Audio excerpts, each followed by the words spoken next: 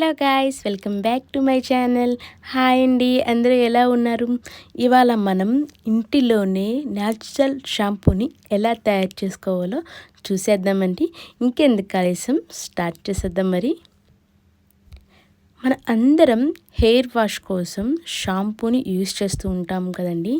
షాంపూలో ఎక్కువ శాతం కెమికల్ ఉంటుందన్నమాట. ఫార్మింగ్ కోసం కెమికల్, కలర్ కోసం, స్మెల్ కోసం ఇలా రకరకాల కెమికల్స్ యూజ్ చేస్తూ ఉంటారు. ఈ షాంపూతో కనుక మన హెయిర్ వాష్ చేసుకున్నట్టయితే మనకి చిన్న వయసులోనే జుట్టు రాలిపోవడం, తెల్ల జుట్టు రావడం లాంటి సమస్యలు ఎదుర్కోవాల్సి వస్తుంది. పూర్వకాలంలో మన అమ్మమ్మలైతే కుంకుడుకాయని యూజ్ చేసేవారు.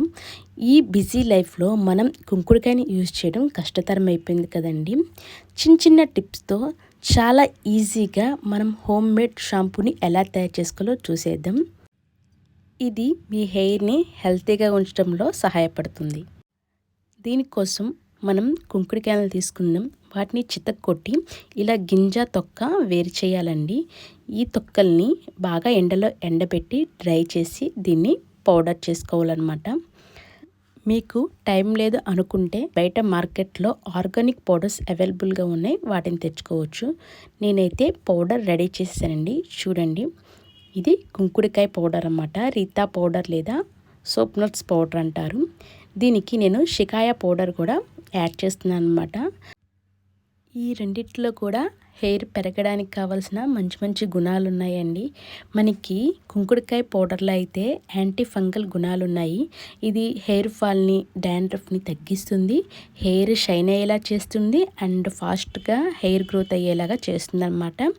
అండ్ న్యాచురల్ ప్రొటెక్షన్ అయితే ఇస్తుంది. అండ్ షికాయ పౌడర్లో అయితే vitamin A, C, K and D ఉన్నాయి.